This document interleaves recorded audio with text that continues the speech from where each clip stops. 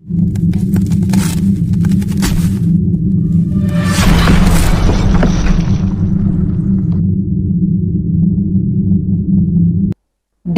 में आगामी त्योहारों को दृष्टिगत रखते हुए प्रशासन द्वारा शुक्रवार शाम धामनोद थाने पर शांति समिति की बैठक आयोजित की गई, जिसमें आगामी त्योहारों में नवरात्रि, दशहरा, दीपावली जैसे प्रमुख त्योहार होंगे।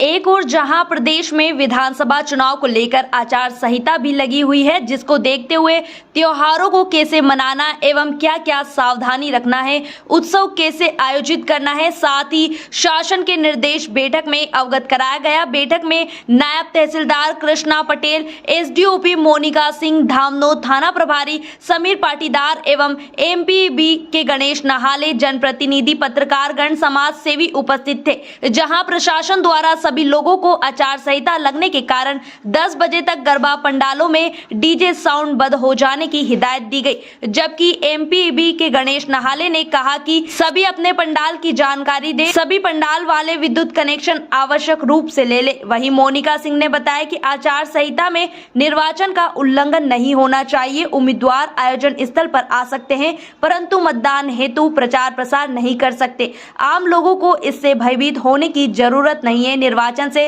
संबंधित मामलों में आचार संहिता लगी है। साथ ही बताया गया कि आगामी त्योहारों को शांतिपूर्वक तरीके से मनाने के लिए बैठक में अपील की गई है, जिसके बाद सभी जनप्रतिनिधियों ने अपने महत्वपूर्ण सुझाव दिए हैं।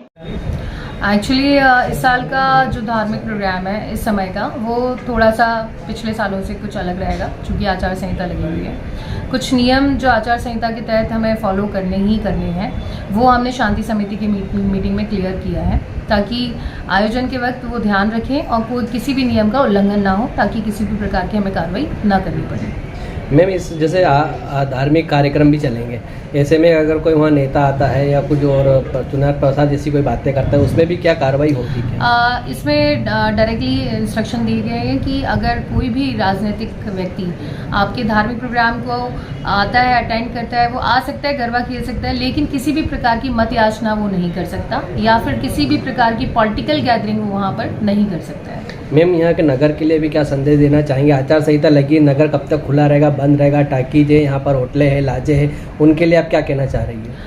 सभी की वैसे मीटिंग ले ली गई है, लेकिन तभी मैं ये कहना चाहूँगी कि समय का बहुत आवश्यक रूप से ध्यान रखें। जो साउंड सिस्टम है वो रात्रि 10 से 6 बंद रहेंगे, तो इसका आप लोग ध्यान रखें। उसके अतिरिक्त जितनी भी आचार संहिता के अंतर्गत जो कार्रवाइयाँ चल रही हैं, चूँकि अब किसी भी प्रकार का आप राजनीतिक पोस्टर, बैनर या अन्य किसी प्रकार की चीज़ें नहीं लगा सकते, तो उसका भी ध्यान रखें। शांति बनाए रखें और शांतिपूर्वक सारे त्योहारों को आनंद लेते हुए लुत्फ उठाएं। मैम, जैसे आचार संहिता लगी हुई है, आम लोगों में जैसे एक भय का वातावरण निर्मित हो जाता है। आचार संहिता आम लोगों के लिए इसमें आप क्या कहना चाहते हैं? भय की कोई बात नहीं है, क्योंकि आचार संहिता कुछ नियम जो कि राजनीतिक पार्टियों के लिए बनाए गए हैं।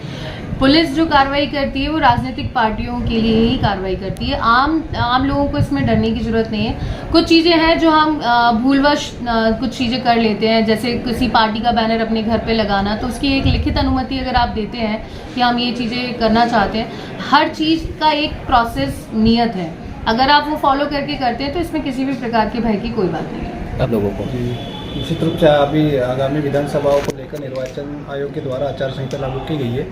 इसी बीच हमारे जो धार्मिक त्यौहार पड़ रहे हैं, नवरात्रि है, दशहरा है, आचार संहिता लागू होने से धार्मिक त्योहारों के आयोजन पर या उनको मनाने में किसी प्रकार की रोक नहीं रहेगी। लेकिन जो कुछ कलेक्टर महोदय के द्वारा, निर्वाचन आयोग के द्वारा कुछ नियत कानून या नियम बनाए गए हैं, उनके तहत विधिवत अनुमति लेने के उपरांत और जो नियत नियम है उनके अनुसार हम लोग त्यौहार मनाएंगे, तो सभी के लिए बहुत सुसंगत और आनंददायक होगा।